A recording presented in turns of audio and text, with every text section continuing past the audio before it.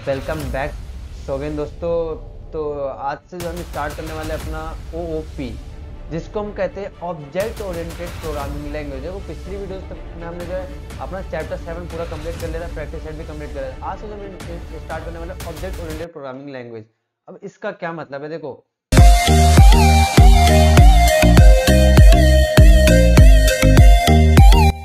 OOP object oriented programming try to map code instructions. ये आपके code के instructions को मैप करता है विद रियल वर्ल्ड। अब रियल वर्ल्ड मेकिंग से क्या मतलब है, देखो अब तक जो हमने कोड किया, अब तक जो हमने 31 वीडियोस में कोड किया, क्या वो रियल वर्ल्ड से मैच करता था?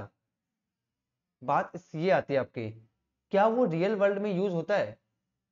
अब मैं ये नहीं कहूंगा कि वो सारे कोड आपके बेकार है, लेकिन मैं ये कहना चाहता हूँ कि क्या वो सारे कोड रियल वर्ल्ड में यूज होते हैं? लूप आपका रियल वर्ल्ड में यूज होता है? हाँ यूज होता है, लेकिन क्या इसमें जो हमने इतनी लंबी चौड़ी रामकथा लिखी थी यहाँ पे, क्या वो उतना वैसा यूज होता है? नहीं। आपको लूप आना चाहिए, लेकिन रियल वर्ल्ड में क्या चल रहा है उससे भी तो इंट्रोडक्शन होना चाहिए। लेकिन रियल वर्ल्ड में हम कैसे प्रोग्रामिंग को हम यूज कर रहे हैं, जावा को हम कैसे यूज कर रहे हैं। अब देखो ओओपी का जो फीचर्स है ना, ये आपको पाइथन हो गया, C++, जावा, इन सब में तो इन सब में मिलता है ऑलरेडी।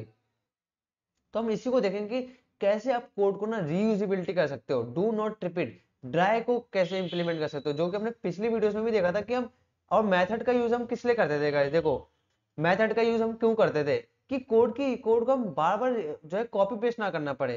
या अगर आप एक ही कोड को बार बार कॉपी पेस्ट कर रहे हो तो आपको क्या है, अगर मान लो एक कोड को आपने 10 बार कॉपी पेस्ट करा है तो आपको हर जगह चेंज करने में 10 बार चेंजेस करने पड़ेंगे। क्या ये आसान है? नहीं आसान है ना गाइस, इतना मुश्किल काम हो जाता है काफी। और इससे क्या है, कोड भी आपका बड़ा होगा, प्रोग्राम भी आपका बड़ा होगा, और आपको समझने में भी दिक्कत आएंगी। तो इसी को दूर करने के लिए जो हमारा रियल वर्ल्ड ओपी आता है, जो कि हमारे प्रोग्राम को रियल वर्ल्ड से अंडरस्टैंड करवाता है कि कैसे आपका रियल वर्ल्ड में प्रोग्रामिंग चल रही है। आपका रियल वर्ल्ड में पॉलीमॉर्फिज्म हो गया, ऑब्जेक्ट्स बनाए जाते हैं, हर बार ना स्टैटिक मेथड को यूज नहीं किया जाता है, ऑब्जेक्ट्स बनाए जाते हैं। तो ऑब्जेक्ट बनाए थे हम, उसको भी डिटेल में देखेंगे। हो गया पॉलीमॉर्फिज्म हो गया, और काफी सारी चीज आ जाती है आपकी। तो ऑब्जेक्ट, अगर आपसे ओओपी की कोई डेफिनेशन पूछे कि व्हाट इज ओओपी, तो आप कह सकते हो solving a problem create objects. अब इसका क्या मतलब है? अब देखो रियल वर्ल्ड में अगर आप प्रोग्रामिंग कर रहे हो तो आप उसमें ऑब्जेक्ट्स बनाओगे, ऑब्जेक्ट्स बनाओगे। ऑब्जेक्ट का मतलब हम देखेंगे solving a problem by creating object, one of most popular approaches of programming. Programming सबसे बेटर अप्रोच, पॉपुलर अप्रोच मानी जाती है ओपी को। This is called object oriented, इसी को हम कॉल्ड कहते हैं ऑब्जेक्ट ओरिएंटेड प्रोग्रामिंग। ठीक है, किसके ऊपर काम करता है? Dry, do not repeat yourself. अपने आप को क्यों रिपीट करना, मैं कोड को क्यों कॉपी पेस्ट करूं और एक ही कोड को बार बार रिपीट करूं? मैं कोड को मतलब एक ही कोड को मैं बार बार कॉपी पेस्ट क्यों करूं? मैं कोड को एक ही बार कोड लिखूं और उसी को रीयूज करूं। इस पे काम करता है dry, do not repeat your self. खुद को क्यों रिपीट कर रहे हो आप? फोकस करता है कोड की रीयूजेबिलिटी। जितना कोड को हम रीयूजेबल करेंगे, कोड हमारा उतना ही छोटा रहेगा और हमें वो समझने में भी आसानी रहेगी। ठीक है, यहाँ पे आपको कॉन्सेप्ट आता है क्लास। और देखो ऑब्जेक्ट जो आता है ना, आपको कॉन्सेप्ट ऑब्जेक्ट है, ये ऐसा रियल वर्ल्ड होता है। देखो अगर मैं आपसे ये कहूँ कि अब माइक्रोसॉफ्ट है, माइक्रोसॉफ्ट एक कंपनी है, ठीक है, जिस जो कि विंडोज के लाइसेंस देती है, विंडोज को इसलिए इंट्रोड्यूस किया था, तो क्या आप मना कर दोगे? नहीं, माइक्रोसॉफ्ट रियल वर्ल्ड में एग्जिस्ट करता है। अगर मैं कहूँ बिल गेट्स रियल वर्ल्ड में एग्जिस्ट करता है, तो हाँ रियल वर्ल्ड में एग्जिस्ट करता है, वो एक ऐसा ऑब्जेक्ट है।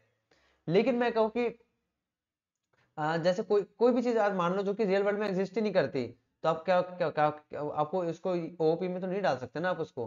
तो ऑब्जेक्ट्स का मतलब ये होता है कि जो कि रियल वर्ल्ड से रिलेट करते हो, कोई वैल्यू हो उसकी।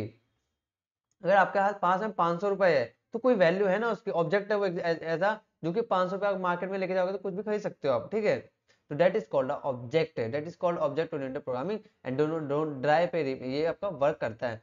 कोड की रीयूजेबिलिटी, इसका ब्लूप्रिंट क्या है देखो, जेईई एप्लीकेशन। अब देखो ब्लूप्रिंट एक जैसा, अब क्लास आती है इसके अंदर, क्लासेस बनाते हैं हम इसके अंदर। तो क्लास है ब्लूप्रिंट, क्रिएट ऑब्जेक्ट। तो क्लास एक ब्लूप्रिंट है आपका क्रिएट करना। जब हम ऑब्जेक्ट बनाएंगे तो उसका ब्लूप्रिंट क्या हो, क्लास होगा। क्लास का एक ब्लूप्रिंट है जो जिसमें हम क्रिएट करते हैं ऑब्जेक्ट्स हो, जिसके अंदर में देखो आप जेई का एप्लीकेशन मान लो, या फिर जब आप आधार कार्ड बनवाने जाते हो तो उसका एप्लीकेशन मान लो। उसमें क्या होता है, कुछ चीजें जो है ऑलरेडी फिल्ड होती है और कुछ चीजें आपको भरनी होती है। अब जैसे जैसे उसमें नाम लिखा होता है, उसका आगे आपको भरना होता है। आपका आधार नंबर लिखा होता है, उसका आगे आपको भरना होता है। या फिर आप एप्लीकेशन भर रहे हो ऑनलाइन इग्नू का, या फिर किसी का भी एप्लीकेशन आप भरते हो, कुछ चीजें उसमें फील्ड होती है पहले से, कुछ आपको खुद से भरनी होती है। तो एप्लीकेशन सो दैट स्टूडेंट, उस एप्लीकेशन को कौन भरता है? स्टूडेंट भरता है। तो आपका जो एप्लीकेशन है वो क्या, एक क्लास है जिसके अंदर आप काफी सारे ऑब्जेक्ट्स डाल रहे हो, अपना नाम डाल रहे हो, आप एग्जिस्ट करते हो असलियत में, तो क्या है, ऑब्जेक्ट है, तो आप उसको डाल रहे हो और आप मतलब अपना फॉर्म भर रहे हो। ये हो गया। क्लास क्या, वो कंटेन करेगा इन्फॉर्मेशन। अब देखो जो फॉर्म है वो आपकी इन्फॉर्मेशन को कंटेन कर रहा है ना। मैं अगर यहाँ पे लेके चलो आपको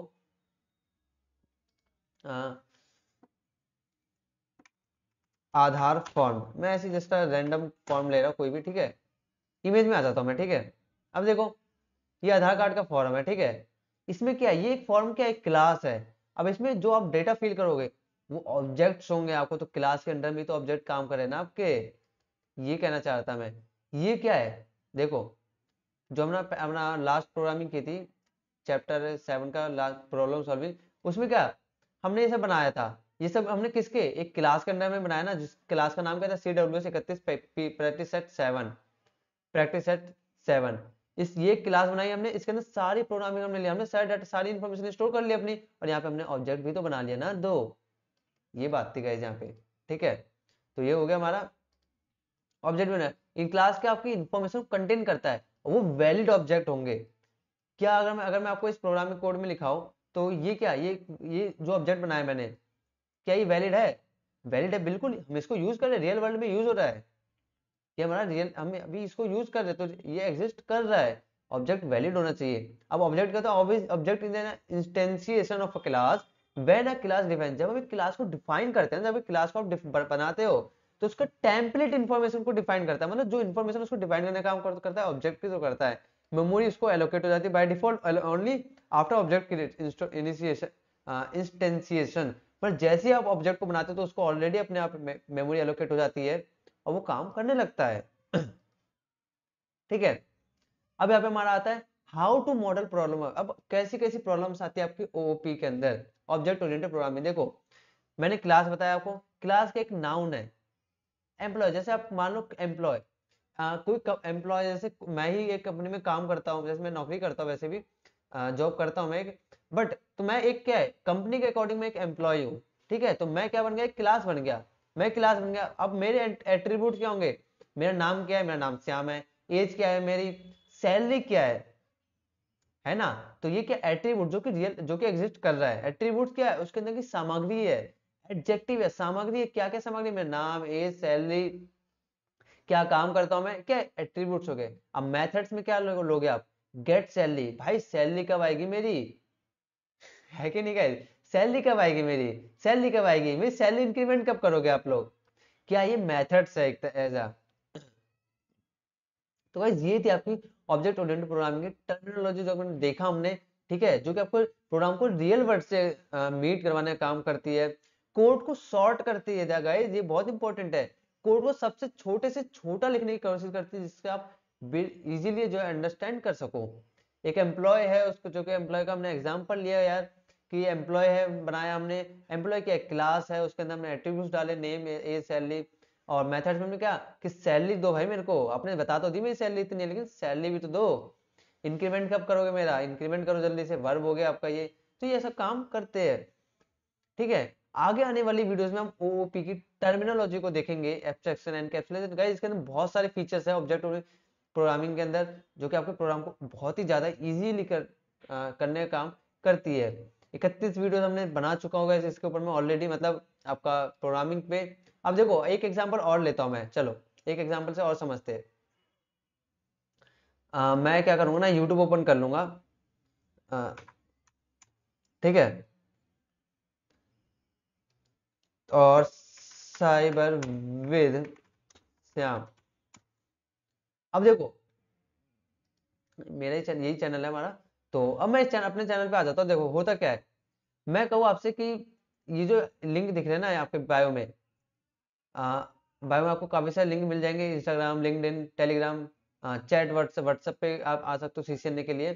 तो क्या है इसमें, आप मेरी सारी डिटेल देख रहे हो। अब सपोज करो कि आप सारे स्टूडेंट्स हो और हर किसी के लिए जो है ये प्लेलिस्ट है, ये आपका प्लेलिस्ट है यहाँ पे, और मैं जावा के कोर्स में अपडेट करते जा रहा हूँ सारी चीजें, और मेरे को बैकएंड में तो मैं कर ही रहा हूँ अपना स्टूडियो ओपन करके, लेकिन मुझे यूट्यूब पे बार बार आगे करना पड़े या कोई भी समस्या मान सकते हो ना, एक ही चीज को मैं बार बार करना पड़े तो काफी मुश्किल काम हो जाता है। तो इसी को सॉल्व करने के लिए जो आपका ओओपी काम करता है आपका। ये क्या है चैनल, एक क्लास है, इसके अंदर कितने सारे ऑब्जेक्ट्स है, कितनी सारी प्लेलिस्ट बनी हुई है कि नहीं, ऑब्जेक्ट्स बनाए मैंने इतने सारे। तो ये आपका हो जाता है, ठीक है। तो ये था गाइस आपका ऑब्जेक्ट ओरिएंटेड प्रोग्रामिंग का इंट्रोडक्शन था ऐसा। एंड नेक्स्ट वीडियो में हम ओओपी की टर्मिनोलॉजी के बारे में जानेंगे, कैसे काम करता है ओओपी, और इसमें बहुत मजे आने वाले गाइस। अब आज अब से वीडियोस में काफी थोड़ा लंबा जाएगा ये कोर्स, लेकिन मजा जरूर आएगा, ठीक है। तो सब्सक्राइब कर लो चैनल को। मिलते हैं गाइस अपने नेक्स्ट वीडियो में। और प्लेलिस्ट अगर आपने एक्सेस नहीं करी गाइस तो प्लेलिस्ट जरूर एक्सेस करना। प्लेलिस्ट में सारी वीडियोस अपडेटेड है गाइस, पूरी वीडियो आपको प्लेलिस्ट के अंदर मिल जाएंगी सारी, स्टार्टिंग से लेकर एंड तक। तो प्लेलिस्ट को जरूर एक्सेस करना। मिलते हैं गाइस अपने नेक्स्ट वीडियो में जहां हम ओओपी की टर्मिनोलॉजी को देखेंगे। तो मिलते हैं गाइस अपनी नेक्स्ट वीडियो में। Subscribe the channel for more updates.